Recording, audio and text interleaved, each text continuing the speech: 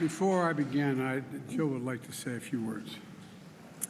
I just wanted to say thank you to the families for opening up your hearts to us and for letting us be with you today. So God bless you, and thank you for allowing us to be with you. Yeah.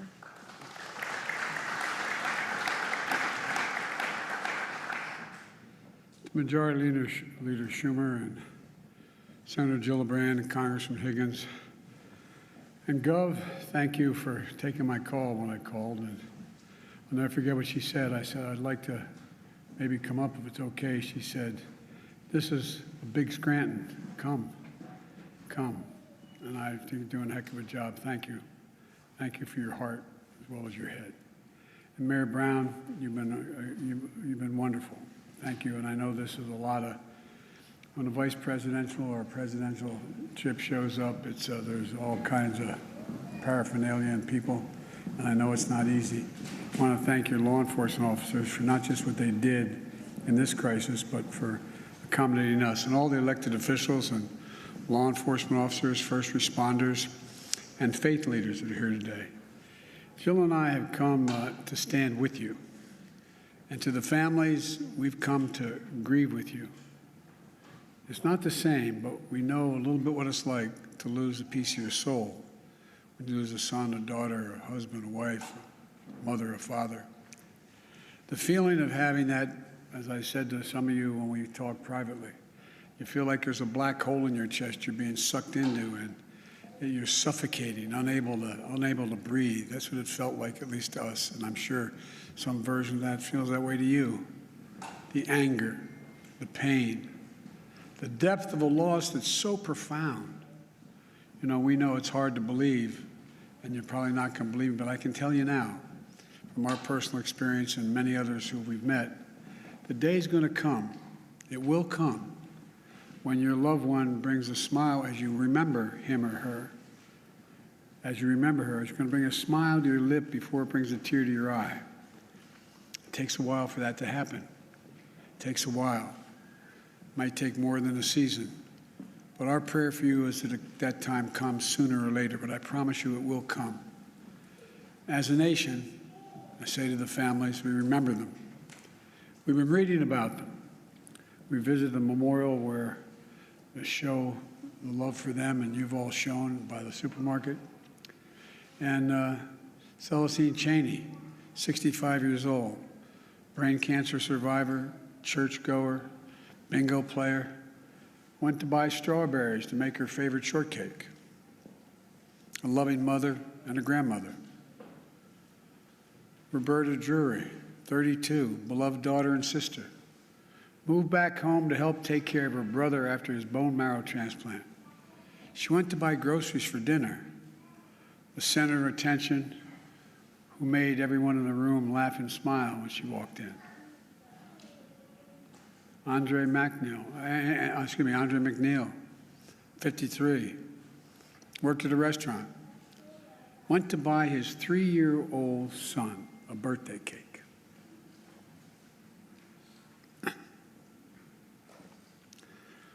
His son's selling a birthday, asking, where's Daddy? Catherine Massey, 72, a writer and an advocate, who dressed up in costumes at schools and cut the grass in the park and helped in local elections, the glue of the family and the community.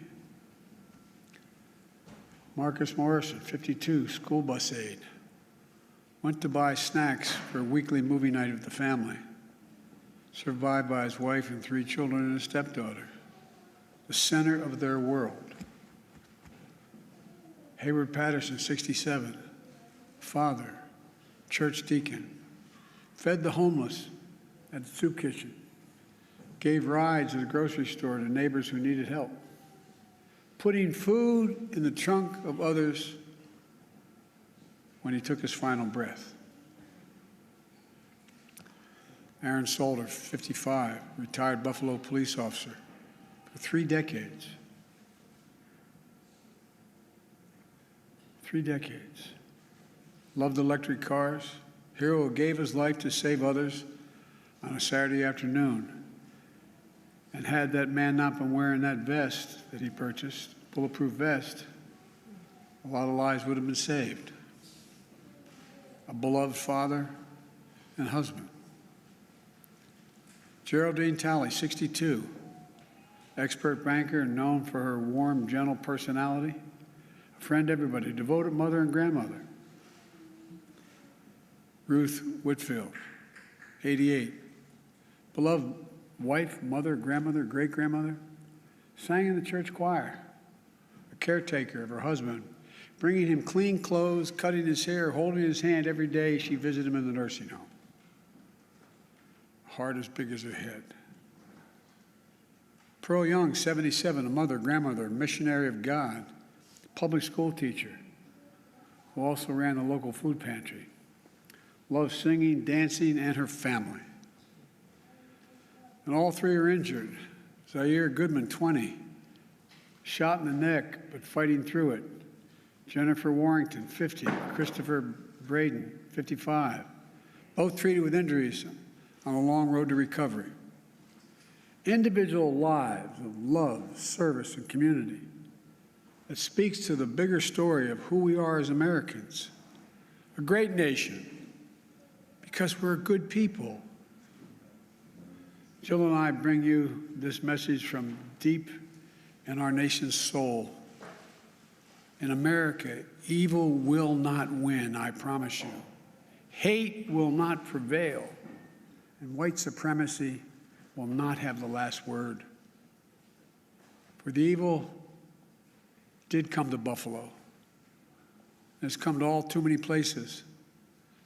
Manifesting gunmen who massacred innocent people in the name of hateful and perverse ideology, rooted in fear and racism. It's taken so much. 10 lives cut short in a grocery store.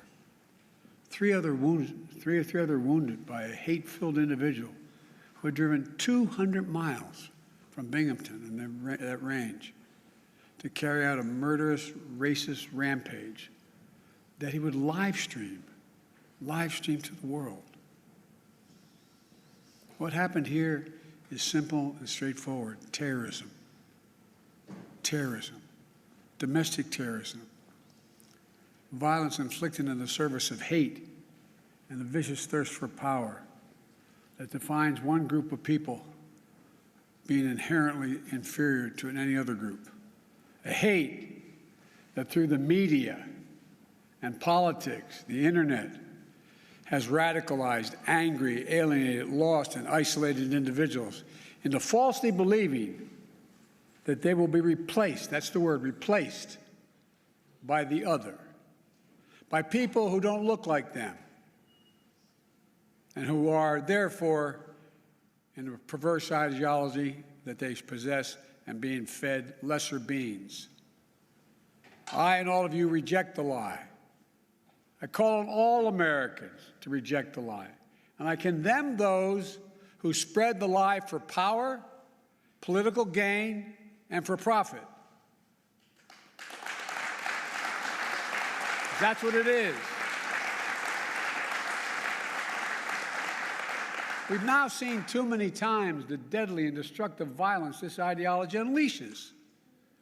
We heard the chants, "You will not replace us," in Charlottesville, Virginia. I wasn't going to run, as the senator knows, again for president. But when I saw those people coming out of the woods of the fields in Virginia, in Charlottesville, carrying torches, shouting, "You will not replace us," accompanied by white supremacists and carrying Nazi banners, that's when I said, no. No. And I, honest to God, those who know me, Chuck, you know, I wasn't going to run for certain. But I was going to be darned if I was going to let anyway. I'm going to get going. Look, we've seen the mass shootings in Charleston, South Carolina, El Paso, Texas, and Pittsburgh, last year in Atlanta, this week in Dallas, Texas, and now in Buffalo, New York. White supremacy is a poison. It's a poison running through it. It really is. running through our body politic, and it's been allowed to fester and grow right in front of our eyes. No more. I mean, no more. We need to say as clearly and forcefully as we can that the ideology of white supremacy has no place in America. None.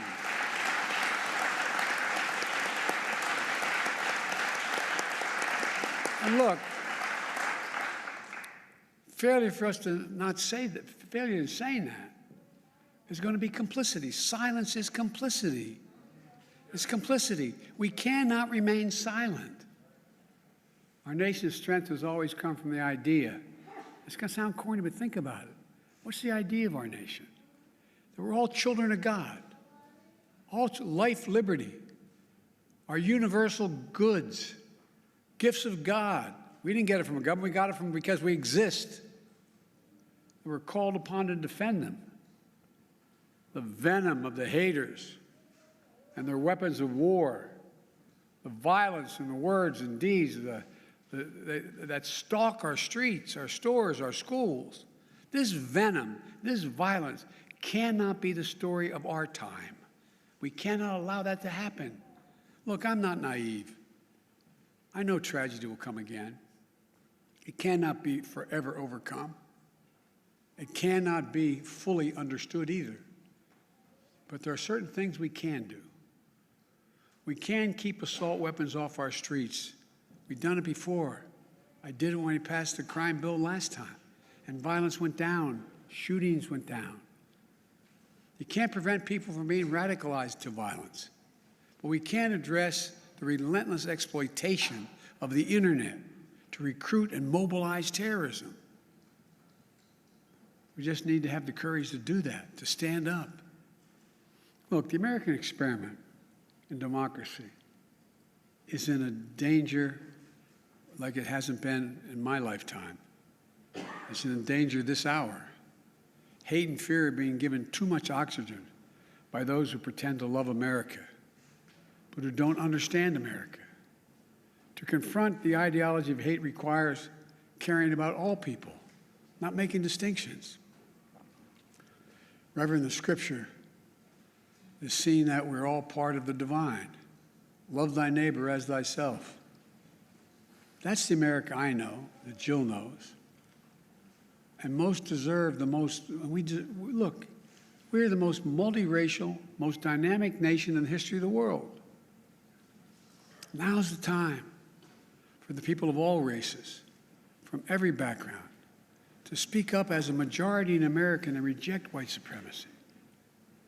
These actions we've seen in these hate-filled attacks represent the views of a hate-filled minority. We can't allow them to distort America, the real America. We can't allow them to destroy the soul of the nation. As President of the United States, I travel the world all the time. And other nations ask me, heads of state in other countries, ask me, what's going on? What in God's name happened on January 6th? What happened in Buffalo? What happened? They ask.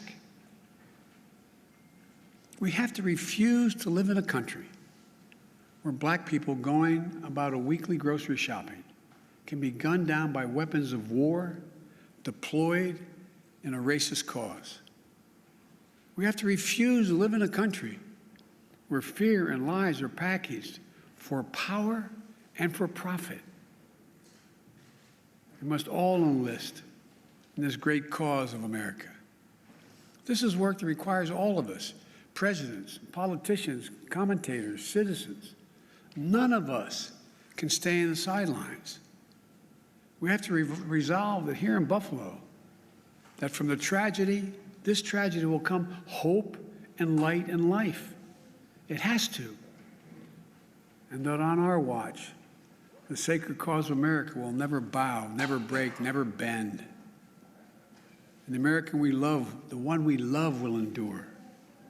So to the families, from your pain, may we find purpose to live life worthy of the loved ones you lost. From a hymn based on the 91st Psalm that's sung in my church, May he raise you up on eagle's wings and bear you on the breath of dawn, make you to shine like the sun, and hold you in the palm of his hand.